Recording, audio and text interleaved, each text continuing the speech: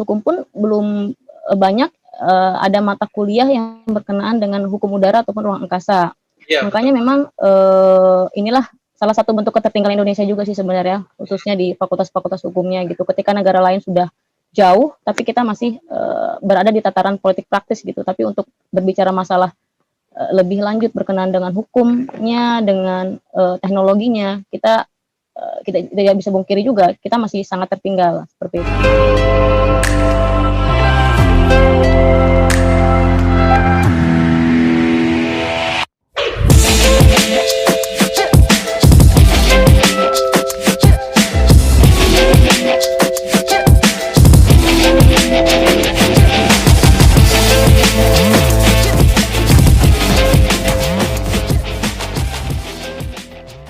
Gitu. Berbicara dari udara ataupun hukum udara atau hukum ruang angkasa memang bisa dikatakan sebagai ilmu baru atau cabang hukum internasional yang relatif baru karena dia baru ada di sekitar abad 20 pada saat itu, yaitu perkembangan adanya Sputnik ya, Sputnik milik Rusia yang memang waktu itu pada saat itu bukan Rusia, namanya Uni Soviet gitu, Sputnik Rusia yang memang berhasil ke ruang angkasa yang dibawa oleh seorang astronot bernama Yuri Gagarin pada saat itu. Nah, perkembangan itu mulai terasa ketika ada antara blok barat, blok timur pada saat itu, antara Amerika dan Uni Soviet pada saat itu, sehingga perkembangan berkenaan dengan hukum ruang angkasa itu semakin pesat perkembangannya, untuk khususnya di bidang dunia kemiliteran pada saat itu. Lalu berkembanglah ke ilmu pengetahuannya, teknologinya sampai saat ini. Bahkan seorang guru besar dari Universitas Pajajaran, almarhum Prof. Priyatna Abdurras itu pernah mengatakan bahwasanya kita ini hidup di abad angkasa. Ya. Ilmu pengetahuan yang selamanya bergerak maju, berkembang pesat dalam waktu 50 tahun terakhir ini, terutama sejak Perang Dunia Kedua. Kemajuan teknologi, khususnya teknologi penerbangan pada abad kini memberi akibat yang positif kepada tingkat kehidupan manusia yang sekarang telah mampu melakukan penerbangan-penerbangan ke dan di dalam ruang angkasa. Bahkan saat ini pun pemanfaatan dalam ruang angkasa ini bisa sangat dirasakan manfaatnya oleh masyarakat dunia khususnya ya. Baik itu yang berkenaan dengan remote sensing, jarak penginderaan jauh, atau juga yang berkenaan dengan observasi atmosfer, lalu berkenaan juga penanggulangan bencana alam, system based disaster management support seperti itu dan sebagainya. Nah, ini semua berkenaan dengan ruang angkasa. Nah, akhirnya karena berkembang pesatnya ruang angkasa dan begitupun dengan banyaknya manfaat daripada ruang angkasa tersebut, hingga pada akhirnya PBB gitu melalui Uncopus gitu, semacam komite tentang penggunaan antariksa untuk masuk damai tahun 1967 gitu, mendirikan yang namanya Space Treaty gitu. Adanya semacam aturan atau makna cartanya ruang angkasa tahun 1967.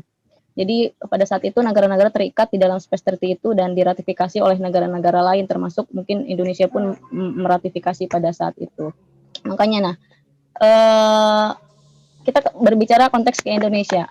Ternyata memang di dalam konstitusi Indonesia ada suatu kelemahan yang sangat luar biasa daripada konstitusi yang diatur gitu kan. Kita sudah empat kali amandemen, namun ternyata di dalam pasal 33 ayat 3 yang berkenaan dengan perekonomian nasional dan kesejahteraan masyarakat, ini tidak mengatur secara komprehensif baik berkenaan dengan udara ataupun ruang angkasa. Padahal kita berbicara masalah pasal 33 ini berbicara langsung terkait dengan kesejahteraan masyarakat gitu, sumber daya gitu. Hanya mengatur bumi, air, dan semua yang ada di dalamnya dikuasai oleh negara dan dipergunakan sebesar-besarnya bagi kesejahteraan rakyat. Sementara berkenaan dengan udara dan ruang angkasa ternyata tidak diatur secara eksplisit di dalamnya. Nah, inilah yang menjadi catatan penting. Pada akhir ternyata di dalam ruang angkasa ini ada yang namanya GSO, Geostationary Orbit, atau semacam bisa dikatakan sebagai sumber daya alam terbatas gitu. Kenapa dikatakan sebagai sumber daya alam terbatas? Ya karena memang dia hanya ditempatkan oleh ada jangka waktu gitu, ada jangka waktu dan ditempatkan oleh semacam satelit, jarak penginderaan jauh, semua ditempatkannya di GSO itu sendiri. Dan GSO ini memang hanya berada di wilayah negara-negara yang dilalui oleh garis khatulistiwa. Sementara negara-negara yang dilalui oleh garis khatulistiwa itu hanya negara-negara yang beberapa negara saja seperti Indonesia, Brazil, Ekuador, bisa dihitung jari lah negara-negara yang dilalui garis khatulistiwa termasuk Indonesia salah satunya. Dan hampir semua negara-negara yang dilalui oleh garis khatulistiwa itu adalah negara-negara yang berkembang gitu.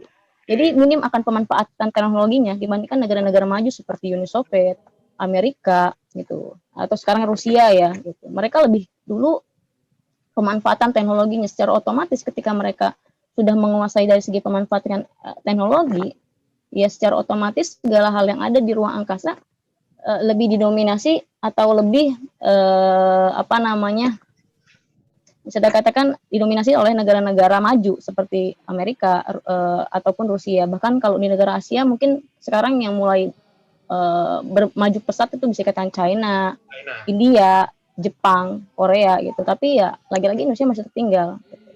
Ya memang pernah ada sih deklarasi namanya Bogota. Jadi negara-negara berkembang yang dilalui oleh garis peristiwa itu seperti Indonesia, Ekuador, Brazil, dia ingin bagaimana GSO ini atau dia diberikan negara ini diberikan hak privilege, gitu, hak istimewa terkait dengan pemanfaatan sumber daya alam di ruang angkasa. Namun memang tidak bisa dipungkiri pada saat itu kekuatan kita kalah dengan kekuatan negara-negara maju karena negara maju tidak menyetujui hal tersebut seperti itu pada saat itu.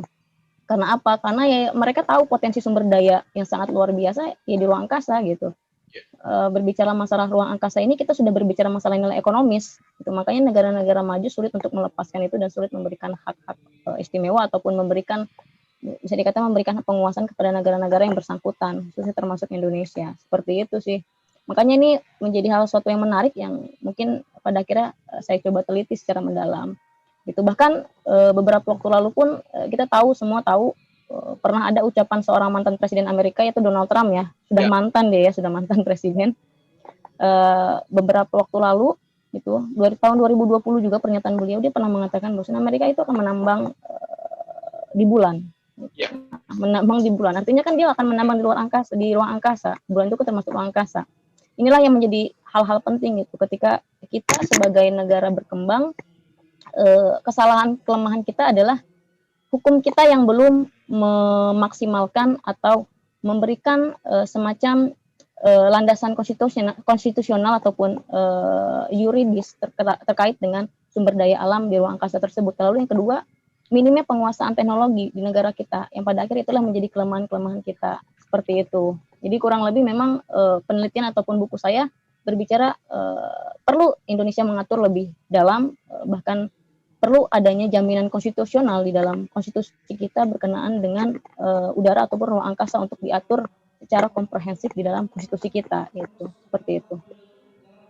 Oke, jadi yang saya garis bawahi di sini adalah dengan tadi yang sudah dijelaskan dari sejarahnya, dari Sputnik, kemudian terkait penguasaan teknologi yang masih kurang, kemudian yang paling penting adalah landasan konstitusional.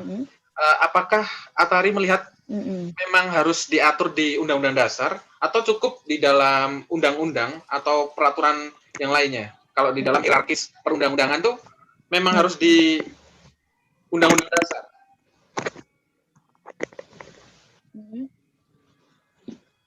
Gimana? Sebenarnya memang kalau saya melihat di tataran landasan yuridis katakanlah Indonesia memang sudah meratifikasi peraturan seperti Undang-Undang Penerbangan gitu kan. Lalu kemudian ada juga peraturan ruang angkasa yang sudah diratifikasi tapi ke dalam bentuk apa namanya keputusan presiden gitu. Traktat pun sudah diratifikasi ke dalam Undang-Undang Nomor 16 Tahun 2002 gitu.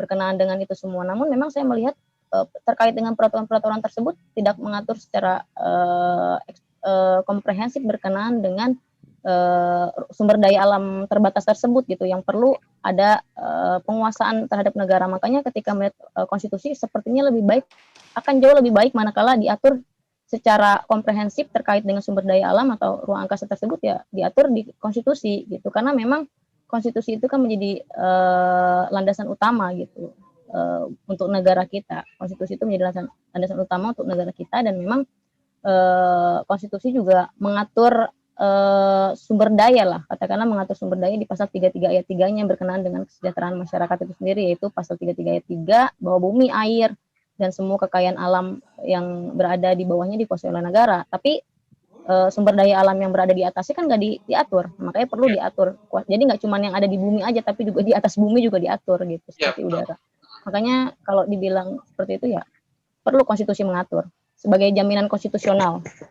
Ya, oke. Berarti memang harus di undang-undang dasar ya, tidak boleh di peraturan turunan yang lain ya, undang-undang maupun peraturan presiden gitu ya. Memang harus di konstitusinya. Oke, selanjutnya, Ya kalau memang lebih kuat di konstitusi. oke, jadi yang lebih kuat di konstitusi ya. Nah, terkait dengan, Ya karena sebagai jaminan konstitusional. ya, oke.